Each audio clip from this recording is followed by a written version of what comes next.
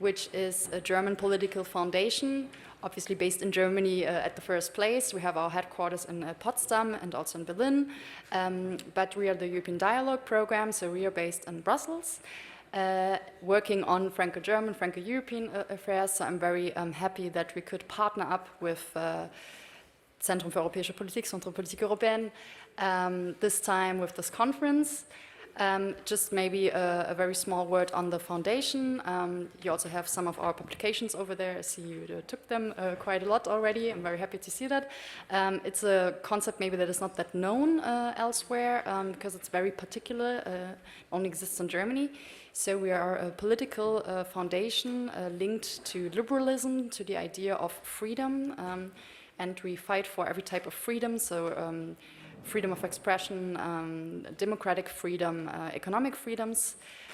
We are present in 60 countries worldwide, so we also have quite a broad network worldwide, fighting for democracy in Africa, Latin America, women entrepreneurship, freedom of expression, things like that. So this is what we do. And I think, the topic of today is very vital to us, as we are, as I said, in Brussels, working also with policy actors in the parliament and in the institutions. As I think what we have been seeing with the war of Ukraine is that we're facing really, a seizure, a new era that is starting to begin. And I think the fall of Berlin, well, marked, as you know, the end of Cold War, and was a key moment, of course, in security relations for the European continent. And what we have been seeing the last 30 years is, of course, closer integration. We had globalization characterized our world order, but now in 2022, of course, first with COVID, but now with the war in Ukraine, we're seeing traces of the closing of that opening of a free world order and of more integration, and we're facing disintegration. So we see protectionism and trade, we see the decoupling between China and the US, we see international isolation of Russia, of course, due to its illegal war in Ukraine.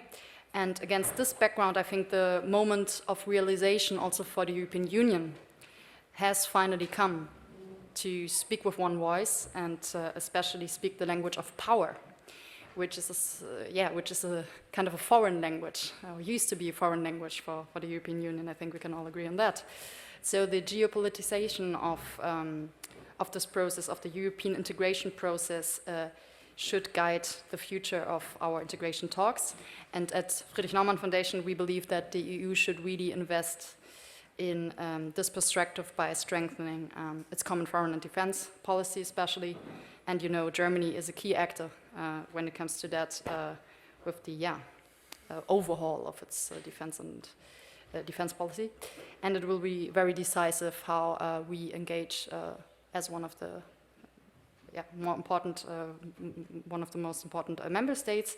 But I think it's very important to, of course, keep the contact and the dialogue in a pro-European way with our partners, and this is why I'm very happy to see such a broad panel represented by researchers and former prime ministers of different member states. And I think now is really the time to ask ourselves, not only talking about the external challenges, but also talking about the internal challenges, what we can do to overcome the existing deficiencies when it comes to European democracy, to the decision-making process that is overly complicated sometimes. And at FNF we advocate for more parliamentarization and transnationalists and real European elections, and I think we will have the chance to cross some of these topics again. But let me now hand over to our distinguished guests, which are, as I already said, two former prime ministers. So on the one hand we have Petre here, former prime minister of Romania, which was actually the first prime minister after the communist government in 1989, and who then was a chamber of deputies, a senator, a minister of foreign affairs, you name it. I think the list is quite long, so you do have a very severe track record of political experience, I think. And you were part of the Democratic Party of Romania. that existed until 2007, that then transformed into the Parti Démocrate Libéral. I'm definitely not pronouncing that correctly, but you might correct me after. Then we have Yves Leterme, who is former Prime Minister of Belgium. Also Minister President of the Flemish government first, has been Minister of Budget, Institutional Affairs, also Minister of Foreign Affairs, so also quite a broad range of topics he had come through. And what I found most interesting, you also were present when the Belgium took the council presidency in 2009, so we might come back to that, 2010, sorry. Yeah, very keen on hearing from your side.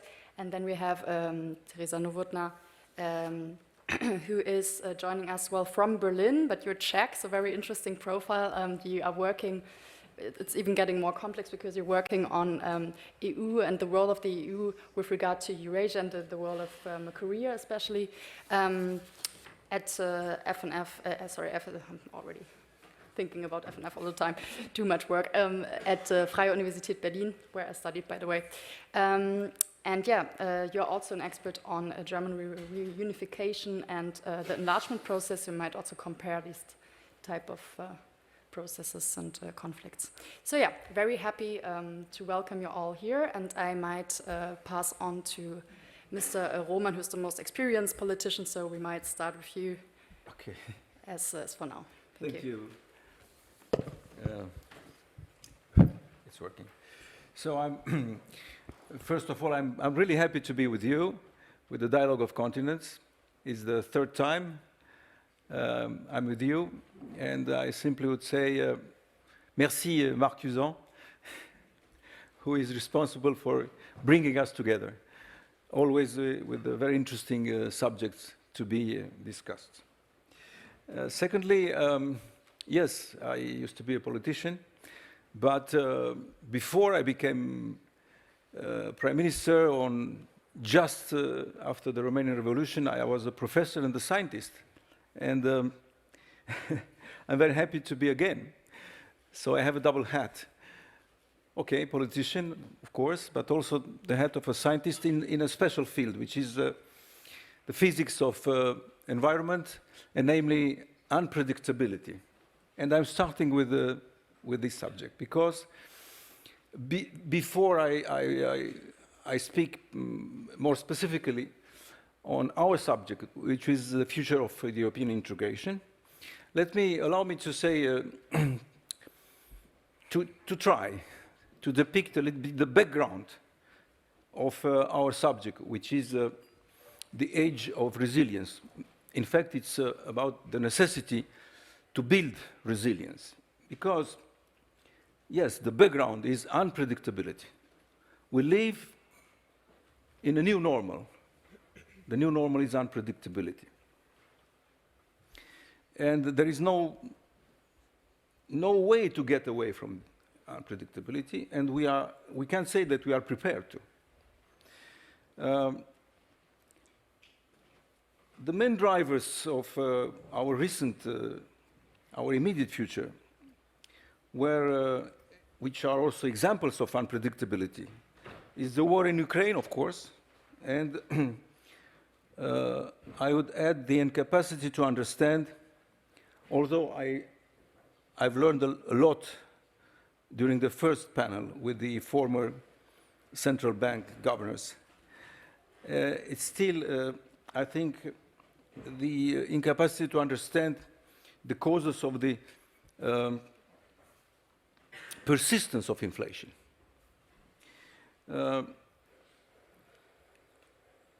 In the coming month, the world, in the coming month, in the next year, of course, I think we'll have to grapple with the unpredictability around several main subjects, which are, I think, the conflict's impact on geopolitics and security.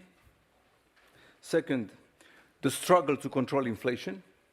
Third, chaos in energy markets. And fourth, China's uncertain post-pandemic path. Just today we've seen again new developments in China around this, as Mr. Frankel said, preventing fires, preventing unpredictable fires, should be in the realm of norms. He said that we should have been going to normalization, and we didn't do that in proper time. I quote from a very interesting article in The Economist. All these things are tightly coupled, like an interlocking series of gear wheels. I totally agree with that. So what it takes to navigate such a world is not a secret: resilience. I'm coming back on the subject of European Union.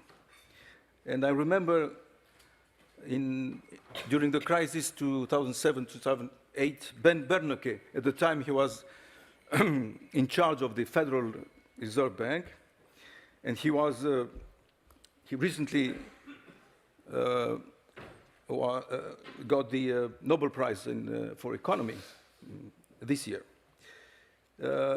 He was asked what, as leader of the Fed, as president of the Federal Reserve Bank, at the time, I mean during the recession, the crisis, he was asked what he should do, and he says, what's his job? And he said at the time, 98% communication, 2% action. Well, why has uncertainty become the focus of our present world?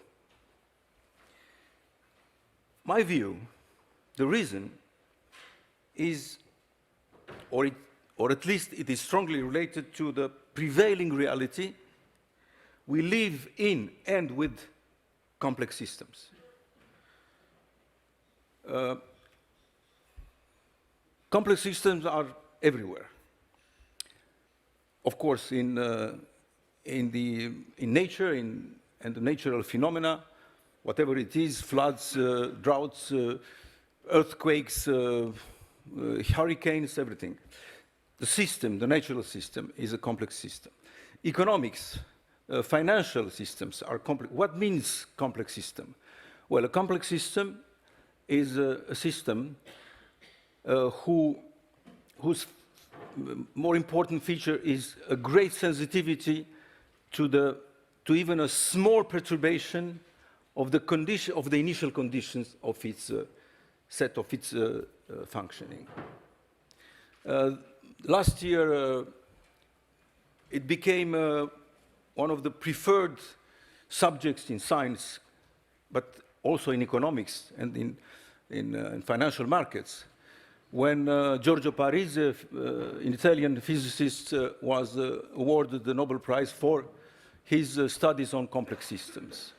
We are fully, I think, dependent.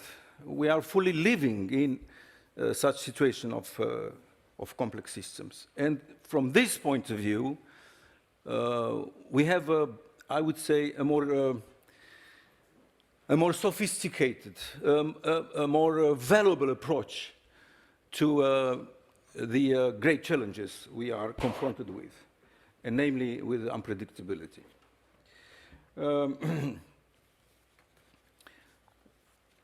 In the meantime, we are witnessing a process of dissolution of norms and change of power structures in the world, both at the level of states and the international level. And I'd say an absolutely significant example, precisely because of the breach of norms, is Russia's aggression against Ukraine. Now, coming to our subject, the future of European integration. And I would say, from what I just said, 2023, the year 2023 and beyond, what I see is a test a strong test of Europe's resilience. Because the future of European integration is submitted to strong pressures. Negative. First, energy crisis. I don't need to elaborate on that, but I've seen something, a figure which is quite strong. Statistics in Europe say that in a normal winter, a 10% rise in real energy prices is associated with a 0.6% increase in death. So, the energy crunch this year could cause over 100,000 deaths of elderly people, extra deaths, across Europe. Second, long-run competitiveness of the European Union is the second subject. As the energy crisis rages, the war has exposed vulnerability in Europe's business model.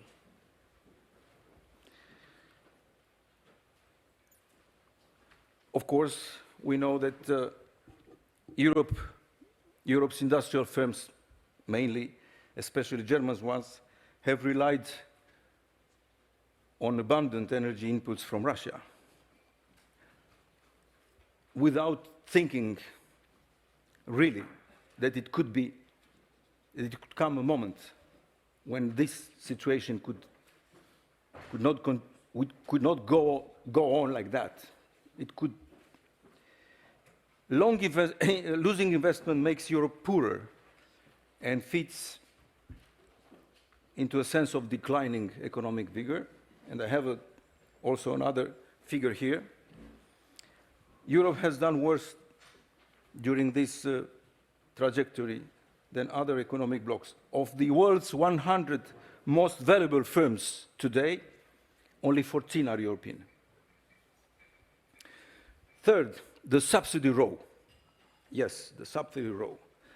Of course, US accused, not only US, even us, Europeans, we accused China for subsidizing strongly their state-owned companies.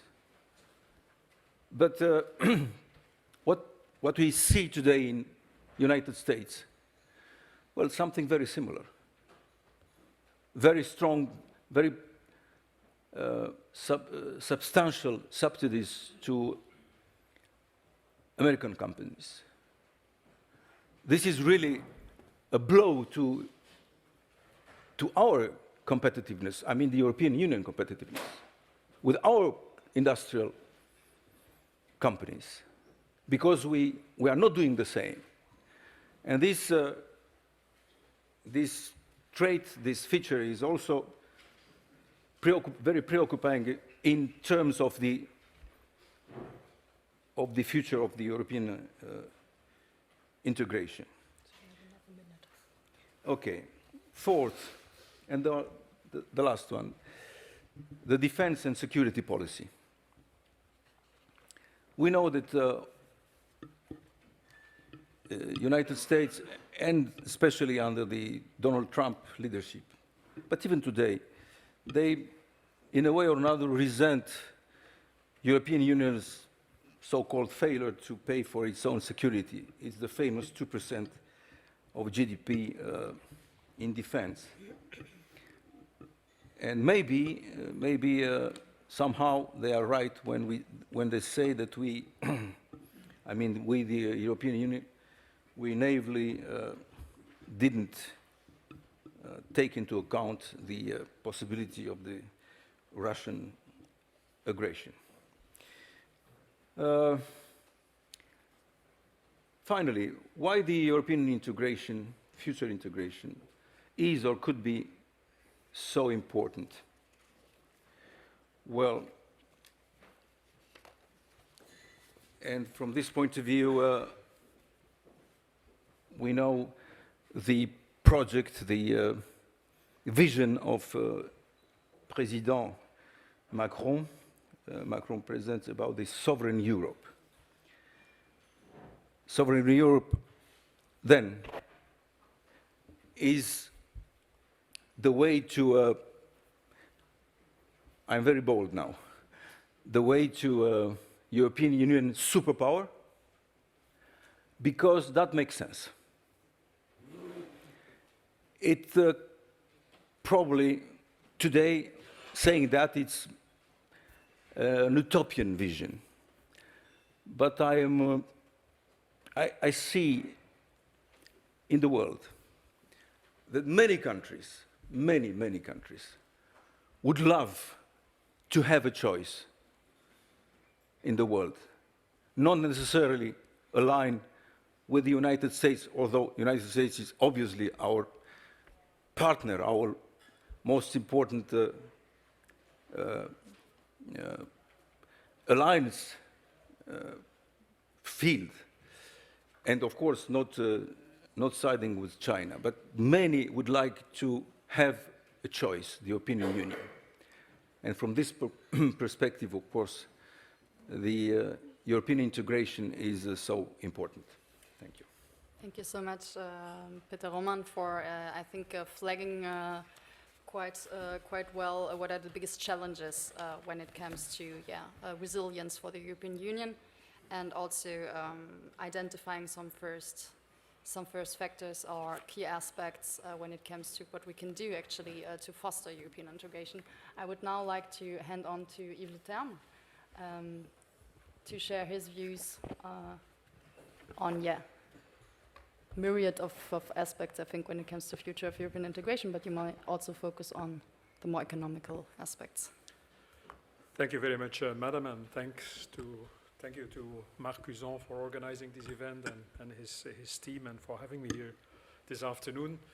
I will try to structure my intervention along the lines of 4 or 5 facts I think we should face even more than we used to face them over the last couple of decades, and we should kind of absorb, and then make some remarks on 4 what I call clusters of crucial problems and challenges. The 5 facts, it's number 1, we are 8% of the world's population. It used to be different, but 8%, if you compare with, I'm 62, with 50, 60 years ago, our presence worldwide has diluted. You can make all kinds of comments, but this is a fact. So 92% of the world's population doesn't live on the European continent. Secondly, we have almost no natural resources. And especially the ones that it was said this morning, especially the ones that are needed for future challenges are very rare in Europe. I haven't seen lithium growing in the landscape. I haven't seen silicium. I think France has decided not to open a mine, but opposed to the States, opposed to China, opposed to Africa and other places all over the globe, where we tend to criticize mining companies over the last couple of decades, well, the fact is, we not only are only 8% of the world's population, but we don't have natural resources, almost no natural resources. Number 3, our geopolitical location. It's not close to change. I mean, Russia's there today, will be there tomorrow, and with a little degree of certainty, I'm quite sure that it will be there in a couple of decades still. The geopolitical location of Europe is to be a peninsula of the Eurasian big continent, located on top of a demographic bomb, and almost not protected by natural borders, which is a bit different than other geopolitical blocks in the world. Number 4, we are, on the one hand, lagging behind in lots of domains of the future, and I will come back on this. Of course, semiconductors, electric vehicles, solar panels, and so on. And the second aspect is that economies that have been lagging behind in the past are catching up. And by the way, we've since decades and decades, we want them to catch up. So we shouldn't be surprised that, not thanks to our development aid, but for other reasons, lots of countries are catching up and have developed a purchasing power and an economic potential which was very difficult to imagine 40, 50 years ago. I remember when I was 7, 8 years old, my uncle was a missionary in Brazil, and with my sister we went door to collect money and to send to my uncle.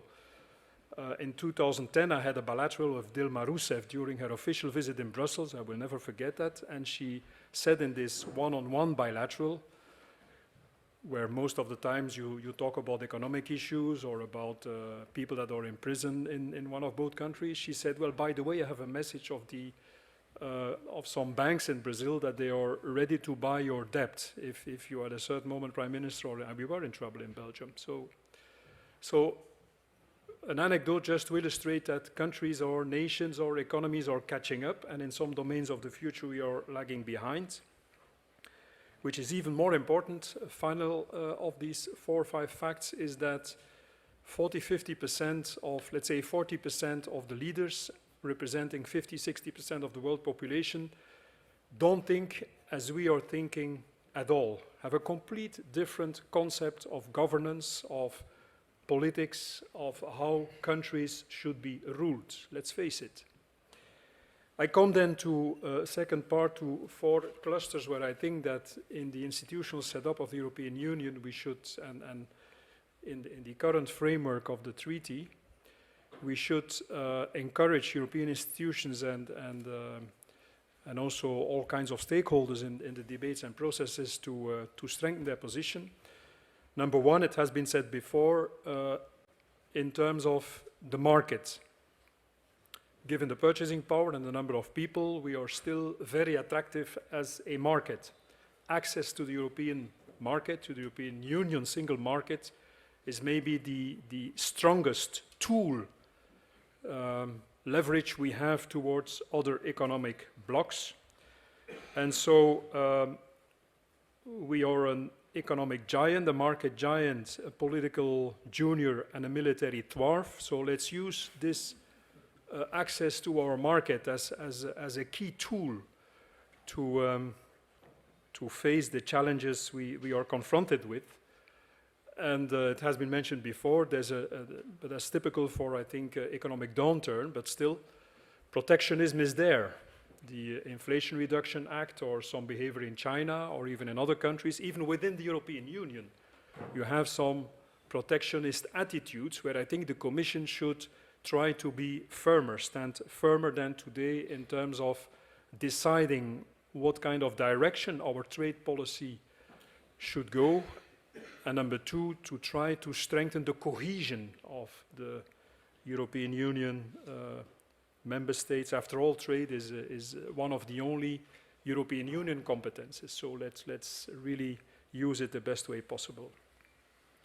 Second element, and there I think that the Commission has proven, this Commission, to be ready to not only talk about it, but also to act in terms of innovation, research and development. As said before, we are lagging behind in lots of domains of the future, so we have to catch up. And there is the CHIPS Act, there are other policy initiatives which I think we should all support and applaud to, but there are still a lot of things to do. I think that, and I'm not a specialist, but in all what I'm reading, it is often said that semiconductors are the crude of the future that will fuel the engine of economic growth. I think that the 10 nanometer semiconductors, 80% is produced in Asia, and only 10% of the turnover of in the sector is originating in Europe. By the way, it's almost equivalent to the number of people. Remember the 8%, but still 10% is not so big. And in the ICT-driven economy, until now, we lost everything we had built up at the end of the 20th century. You have the GAFA, and you have, what is it, the bath or the beat? You have, I mean, for Apple, you have Huawei, Oppo, and others. For Facebook, you have Tencent. For Google, you have Baidu, and so on and so on. For Amazon, you have Tencent, or for Facebook, you have Tencent. And in between, we used to have some companies, but most of them lost traction. And now we have, of course, still Ericsson and Nokia, and we have lots of promising research and development projects in the field of including semiconductors in the Netherlands, in Belgium, and other countries. But still, we are faced with the challenge of catching up. So second cluster is to really prioritize this innovation and R&D race, and also to shorten the time to market, which is also a weakness of the European economy. Once we have something, it lasts too long before it goes to the market. Number 3, climate change energy. I fully support the very ambitious goals we are setting forward, but I still have to meet a person that can convince me that only non-fossil fuel driven cars in 2035 is realistic at this moment. So I think you already realized we managed to reach all kinds of objectives in terms of climate change in domains of the use of renewable, the development of renewable, reducing CO2 emissions, and so on.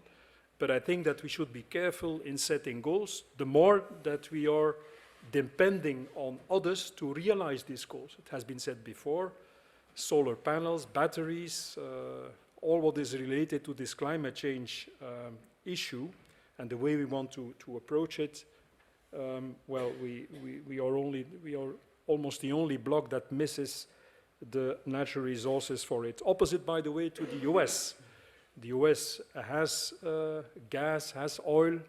We've been criticizing fracking. I think now that we use gas and oil originating from fracking, and it's only one example. They have their mines, even in silicium, in lithium. Think about the mining in California. The US is pulling out of some very delicate foreign policy situations because it's less than ever dependent on the foreign policy efforts to provide its industry with resources. So third cluster is to be very careful and to review the climate change and energy transition ambitions.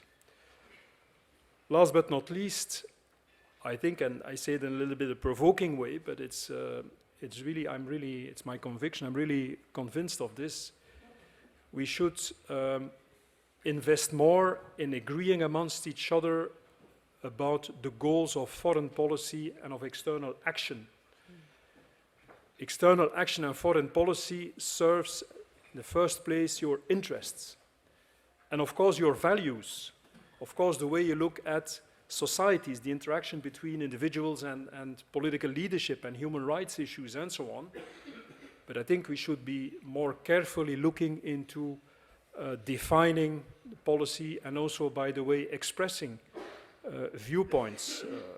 To give you an example, when Mr. Borrell says, we are the garden and outside of the garden is the jungle, this is not only stupid, it would also, we will pay for that kind of statements. So foreign policy is, in the first place, is serving your interests and, of course, also defending your values.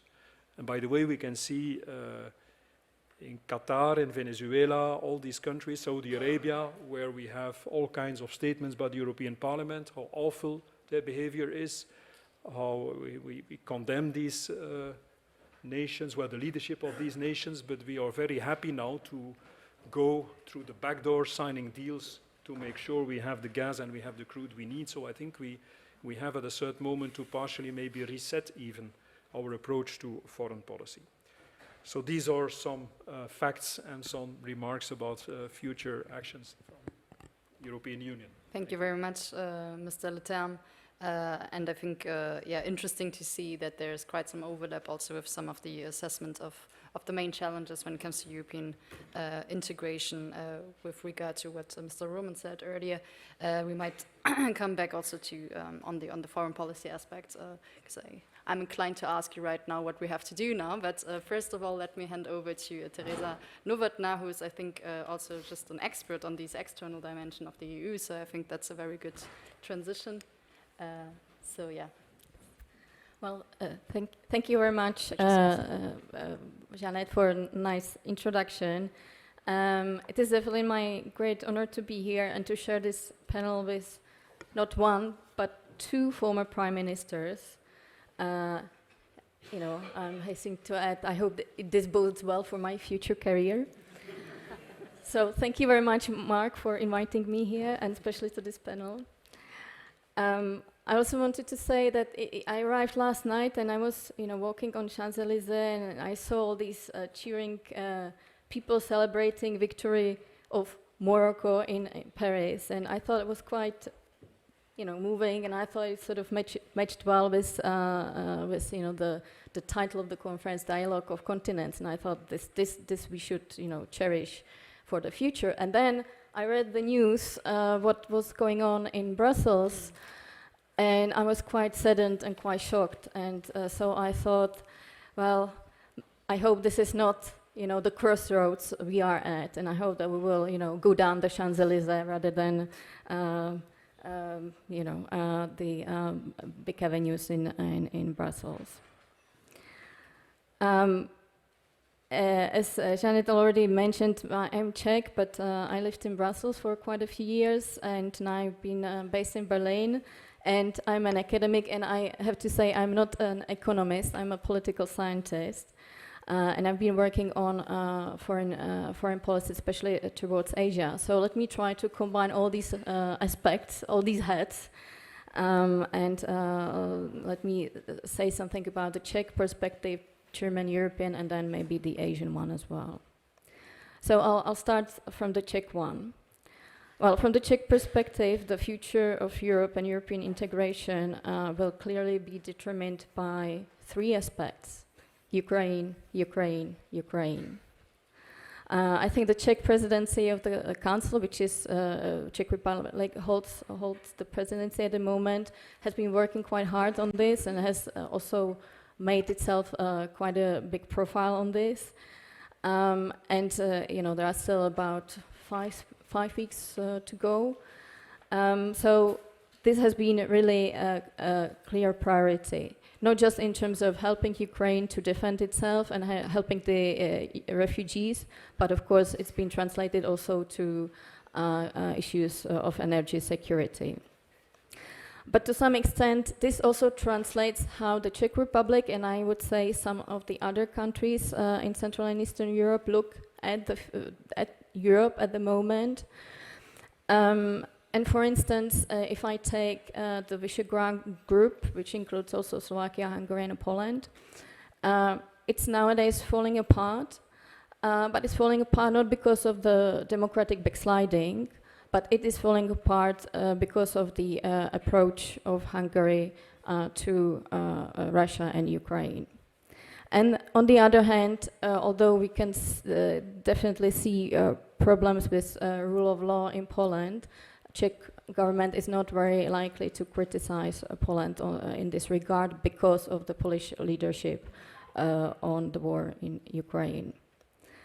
But in a way, this also translates to the relationship between the Czech Republic and Germany, where to some extent German government, because of its slow approach to providing especially military assistance to Ukraine, has lost quite a bit of its credibility in the eyes of the Czechs and probably other countries in Central and Eastern Europe.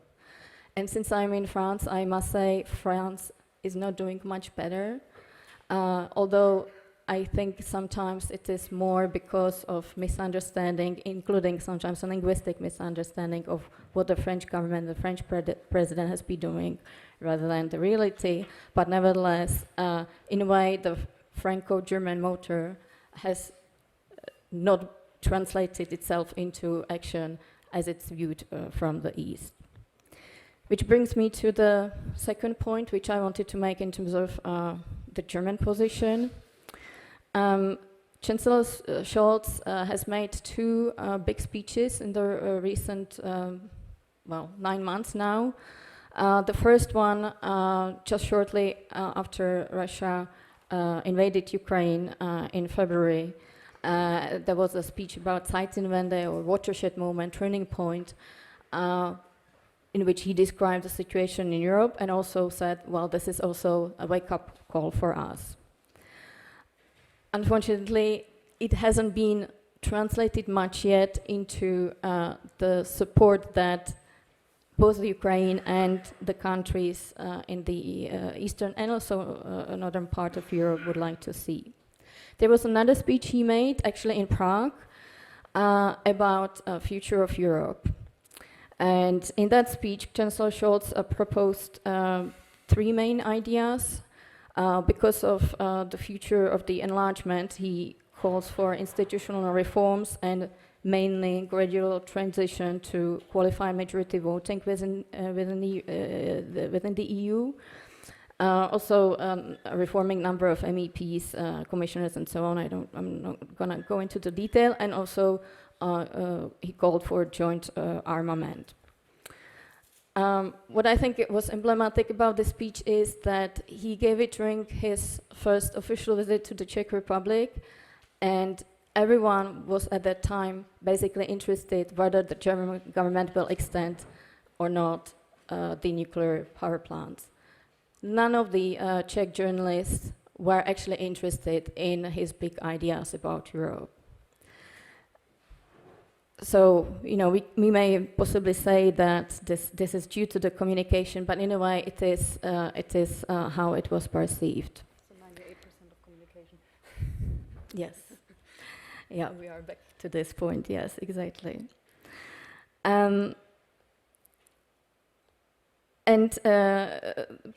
Also, what I wanted to mention about the speech is that if you look at the speech which was given by Chancellor Merkel in 2018 in the European Parliament, that speech included also proposals on qualified majority voting, in especially in foreign policy, and also basically a European army or rearmament. So in a way, the big speech was one way or the other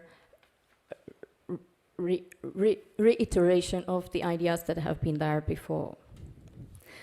But I would like to move to the third point which I wanted to outline, and that's not to look east of our borders, but to the east of our globe. In a way, although of course for everybody now the war in Ukraine is the key issue we are dealing with, to some extent this is paling before developments in Asia and the Indo-Pacific. We may just look at the protests across China, although this is quite unclear how these things will develop, but we should primarily look at what's happening across the Taiwan Strait. There are definitely lessons from the war in Ukraine for especially Taiwan. China is watching. China is surely watching not just the military developments, but it is watching whether Europe and the United States and the NATO will keep the unity, and to what extent, and what areas this unity will include.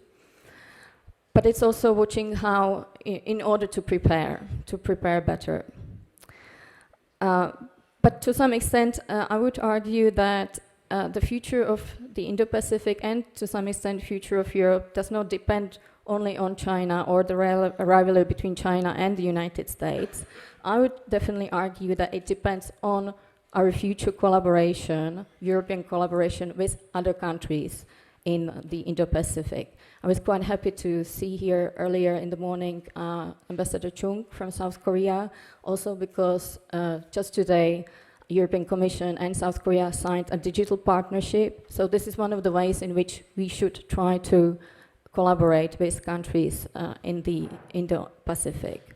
And I'm quite happy that France is actually one of the leading countries on the Indo-Pacific. It was the first country to create its own Indo-Pacific strategy, it brought on board Germany and Netherlands, but also nowadays Czech Republic, which has just published its Indo-Pacific strategy, and to some extent the entire EU. But it is not enough. We need to do more, and we need to look in that direction much more than we are doing it now. So just to conclude, sort of a bit of a anecdote. Just last week, I was speaking at an event in Luxembourg, and I was asked a question about, small versus big countries. I mean, I was in Luxembourg, right? And I answered, well, from the Asian perspective, we are all small countries. And we have to keep it in mind if we are talking about the future of European integration, if we are trying to speak the language of power. As individual countries, we are all small countries. If we act together as Europe, we may be considered a middle power by the Asian states. It doesn't necessarily mean that we are a weak power, but we should bear this in mind. And I hope this is actually a good news for the future of Europe if we think about this, if we keep it, if we keep it in mind and start from there. Thank you. Thank you very much, Tereza, also by bringing in on the one hand the Czech perspective, the German one, and then the EU as an external actor. I think this very well complemented a bit the picture. I don't know how much time we have left, if I have like several minutes after 30, like until 35 or something. So I might abuse of my right being moderated to ask some first questions, but then would really like to invite you to come in as well.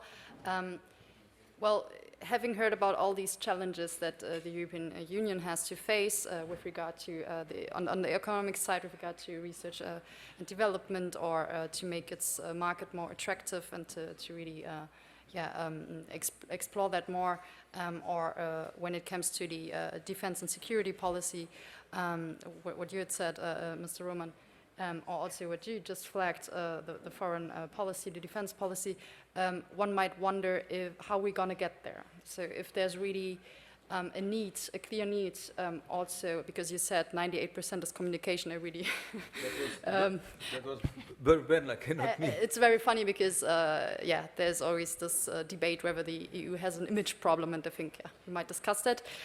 But apart from PR, is there also some institutional, the institutional setting, is there a need to reform that? So when it comes to the decision-making process, do you think, and I would give this question to all of you free, is there a clear need of, for example, qualified majority rights? Do we need a European convention, or is it rather a question, what we have been seeing with the war in Ukraine, of sheer political will?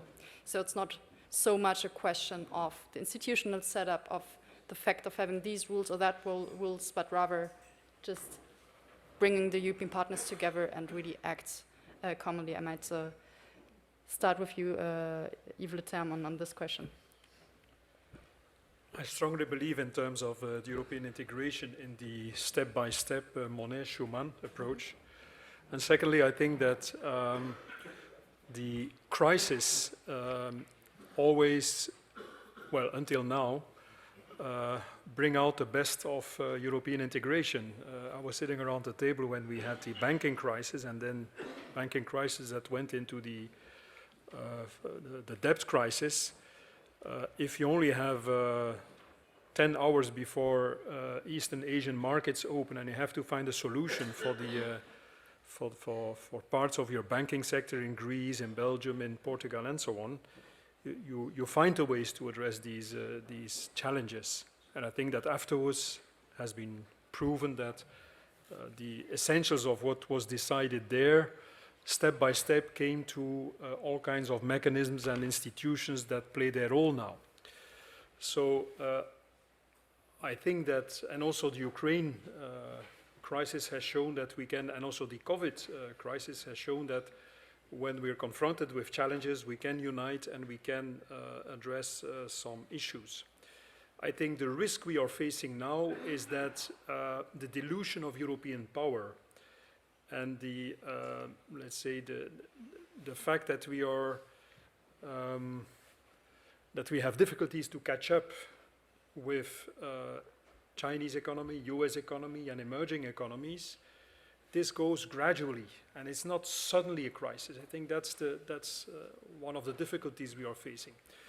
I'm also convinced that the current institutional framework already gives a lot of potential under the condition that it is used and that it is respected by European leaders, and that the common interest, the interest of the Union, is put a little bit on a higher shelf than the national interest. And of course, that's a very difficult part of the problem. I read this morning that, or last week it was, that the Dutch minister was in negotiations with some Chinese officials about semiconductors and the future of the activities, very important activities in Eindhoven. Or some weeks ago, Mr. Scholz going to China alone. I fully understand this, and I could give other examples. It's because you just mentioned Mr. Scholz. So I think as long as I won't quote Henry Kissinger about the phone call he had to make and not finding the right number, but our strength is also our weakness. European Union is unity and diversity, and this diversity gives us supplementary impact and potential, but it's also our weakness. And so I think that that's really a key element, that in trade negotiations, in fighting against protectionism, in getting our acts together to be more than a junior partner of the US based on our outsourcing of our security to the US. So I think in all these domains, I don't think it is in essence an issue of institutional setup. It's just an issue of attitude and behavior. Well, take the Inflation Reduction Act in the US now. This, what is it, $360 billion at the disposal of the American industry. I think it's good that Breton takes action. I hope we will be backed by a united heads of state and government, united Europe. I have some concerns if I read the press, if I listen to the radio this morning, because then you hear some statements about these car companies and these sectors that. So to summarize, and I know it's maybe frustrating my answer because it's not one clear proposal, but I think it's more about attitude, about behavior than just the institutions. Let me really conclude by just mentioning a very positive, what I find a very positive development is that there is a European, pro-European voluntarist leading this country here, France.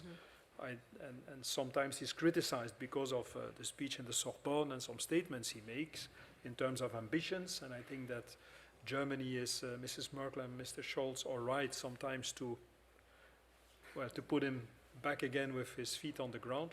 But on the other hand, I think it's important to have this forward-looking and pro-European vision and political action.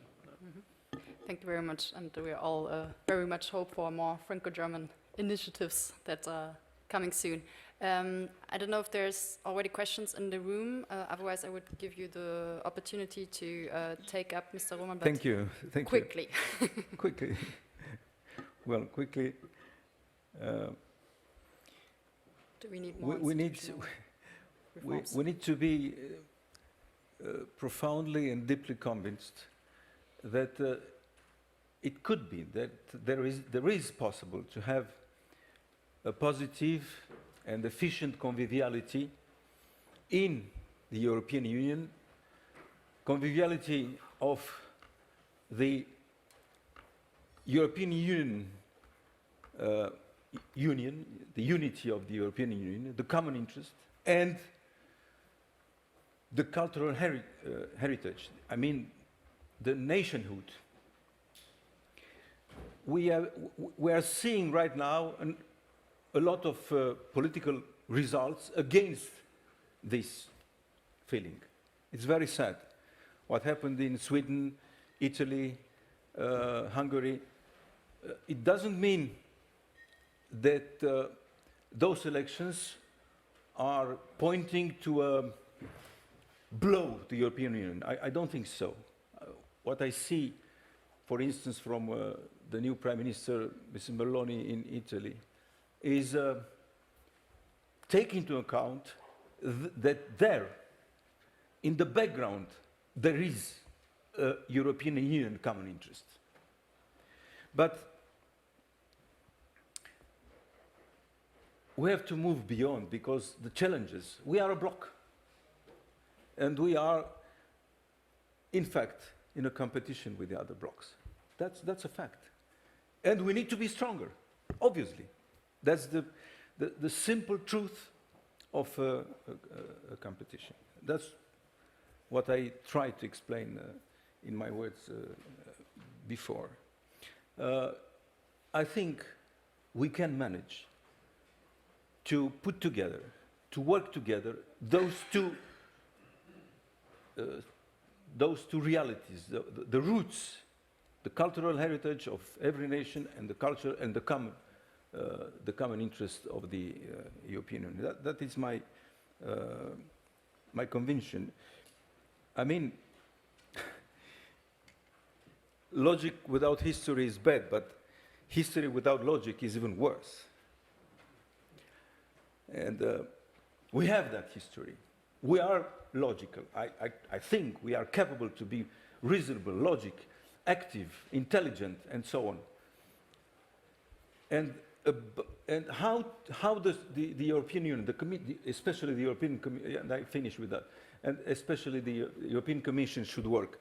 Ben Bernanke said 98% communication, 2% action. I would say for the European Commission, in order to succeed, to build this conviviality, is 99% communication and 1% full action. For the time being, we have had a lot of action without communication. Mm-hmm. Thank you. Exactly. It's rather the opposite problem of the European Union. Tereza, do you want to add on this when it comes to the question of institutional reform? Do you think that from the points you have been making, it's rather a question of reforming the institutional setup, or is it a question of political will for you? Yeah, wants to become a external actor? Maybe just a quick point on what I've mentioned, which is the qualified majority voting, which in foreign policy, although it's not a new idea, it doesn't mean that it's a bad idea. And in fact, it's one of the proposals that the people who participate in the Convention on the Future of Europe actually was one of the proposals that came out as strongly supported by those who participated. Of course, we can discuss, is the sample of people who participated actually representative, right? And maybe just one quick comment on the trip by Chancellor Scholz to China. I didn't regret so much that Chancellor Scholz went. What I did regret was the fact that he apparently refused to go together with Emmanuel Macron. And in fact, he could have chosen to go also with, for instance, someone representing the EU presidency. So, for instance, the Czech Prime Minister. Now it looks like that we will have Charles Michel going to China on, I think, 1st or 2nd of December, and Emmanuel Macron is still scheduled to go in early January. So, if we are speaking about at least a single voice of Europe, now we can quite clearly see that we have at least 3 voices, and we can also argue that Charles Michel should have gone with Ursula von der Leyen together. So, we can quite clearly see that on this topic we don't have a strong voice, and that's the best chance to basically get exploited by the counterparts. Mm-hmm. Okay, so thanks for adding this. I think, again, also comes down to kind of the PR exercise that the European Union still has to run through. Are there any other relevant questions? We might take up 1 or 2, but then I'm afraid I have to be very German about time housekeeping.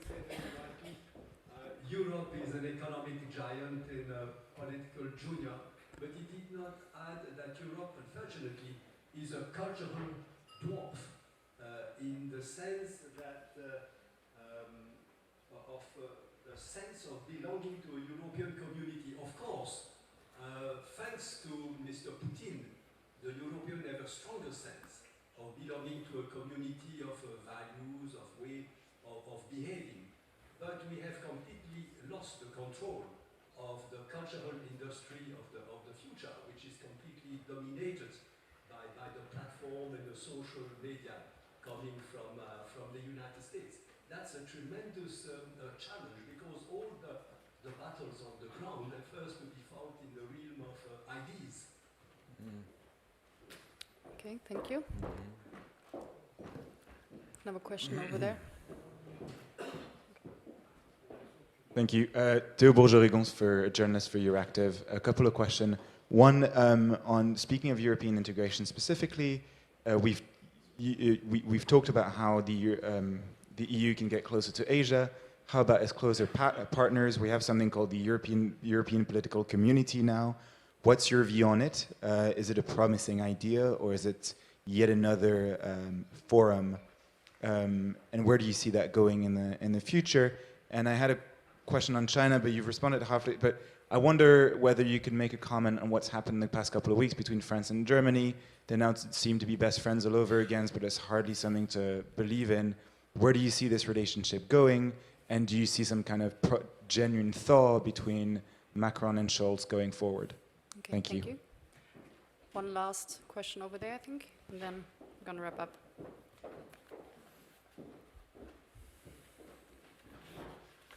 Thank you very much. I have a question that comes from some contacts I had a few months ago, but also something that emerged in the COP27, is that part of the world doesn't like the way in which the EU behaved with the pandemic, the issue of vaccine, and so on.